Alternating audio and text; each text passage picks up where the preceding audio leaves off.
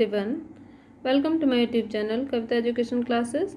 आज हम आपको पढ़ाने वाले हैं क्लास 5 हमारा परिवेश में चैप्टर नंबर 7 जंगल और जनजीवन।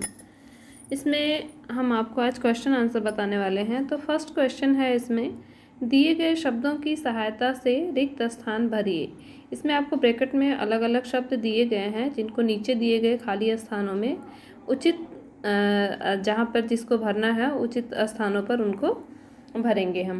ठीक है, तो आइए देखते हैं। फर्स्ट है, इसमें प्रारंभिक मानव के औजार बनाते थे। किनके औजार बनाते थे? पत्थरों के, क्योंकि उस टाइम पर उनके पास और कुछ नहीं हुआ करता था। प्रारंभिक मानव से मतलब है जब मानव सभ्यता की शुरुआत हुई थी उस टाइम पे जो भी मानव हुआ करते थे वे अपने औजार पत्थरों से बनाते थे। नेक्स्ट है, जंगल वायुमंडल में की मात्रा को बढ़ाते हैं। किसकी मात्रा को बढ़ाते हैं? ऑक्सीजन की मात्रा को बढ़ाते हैं, क्योंकि जंगलों में ढेर सारे पेड़ पौधे होते हैं जो वायुमंडल में ऑक्सीजन की मात्रा को बढ़ाते हैं। नेक्स्ट है, मानव विकास की कहानी लाखों वर्ष पुरानी है। जी हाँ, मानव सभ्यता की जब से शुरुआत हुई है वो कहानी लाखों वर्ष पुरानी है। कई लाख वर्ष पहले से ही मानव सभ्यता की शुरुआत हुई है इस पृथ्वी पर। नेक्स्ट है, आदिवासियों का जीवन पर निर्भर होता था। किन पर निर्भर होता था? जंगलों पर, इसीलिए यहाँ पे जंगल भरा गया है। आदिवासियों का जीवन पूरी तरह जंगल पर निर्भर होता था। वे वहीं पर जंगल में ही रहते थे, वहीं से खाते भी थे। वही जो है, उनके पास कोई घर नहीं हुआ करता था, तो उनका वास स्थान जो होता था वो जंगल ही होता था। नेक्स्ट है, आग की खोज किसने की थी? आदिमानवों ने की थी। आदिमानव जब जंगल में रहते थे पहले के टाइम पे, तो पहले उनको आग की खोज आग के बारे में नहीं पता था, लेकिन एक बार गलती से उन्होंने 2 पत्थरों को रगड़ा और उसमें से चिंगारी निकली। तब उन्हें पता चला कि 2 पत्थरों को रगड़कर हम आग बना सकते हैं। इस तरह से उन लोगों ने आग की खोज की। नेक्स्ट क्वेश्चन है, जंगल कटने से होने वाले दुष्परिणाम लिखिए। जंगल कटने से कौन कौन से दुष्परिणाम हो सकते हैं, ये इस उद्धरण के माध्यम से जानते हैं। तो इसमें आंसर आपका दिया गया है, जंगल के कटने से कई तरह के दुष्परिणाम हो सकते हैं। जंगल के कटने के कारण उनमें रह रहे जीव जंतुओं के लिए सबसे कष्टदायक हो जाएगा, और साथ ही यह हमारे वायुमंडल के लिए भी जंगल का कटना बहुत ही हानिकारक है, क्योंकि वायुमंडल में ऑक्सीजन की मात्रा जंगल ही बढ़ाते हैं। आदिवासियों के लिए जंगल ही सब कुछ होता है।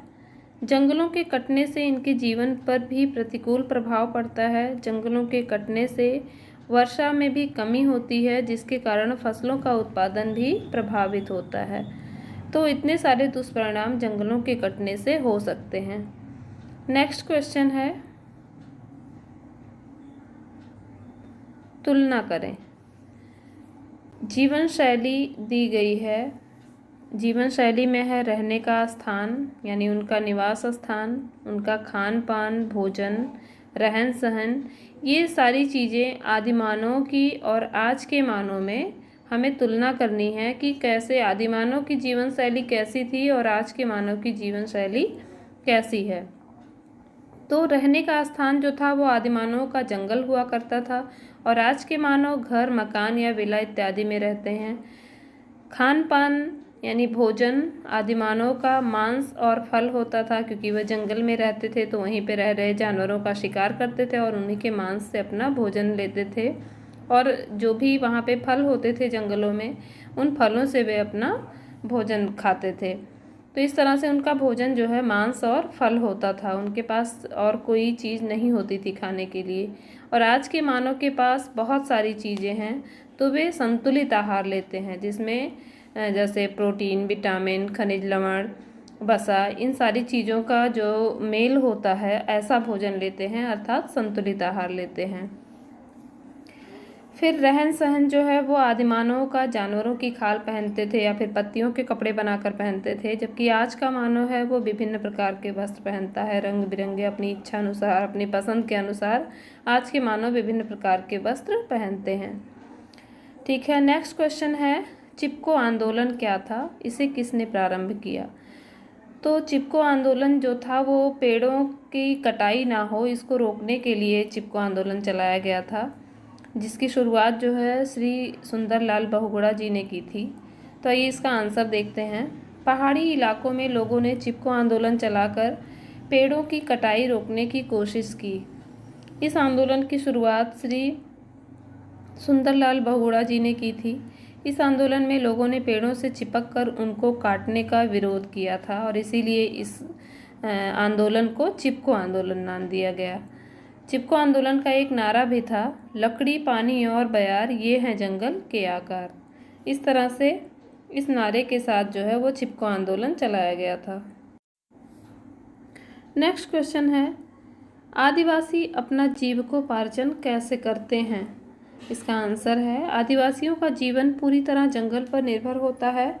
अपनी दैनिक आवश्यकताओं की पूर्ति के लिए ये जंगल से मिलने वाले विभिन्न उत्पादों के द्वारा अपना जीवन यापन करते हैं और जंगल से प्राप्त कच्चे पदार्थों से ये डलिया, चटाई, ढोल, बांसुरी, टोकरी, पत्तल, बर्तन, जड़ी बूटी से औषधि अर्थात दवा आदि बनाकर स्थानीय बाजार में बेचते हैं और अपना जीविकोपार्जन करते हैं।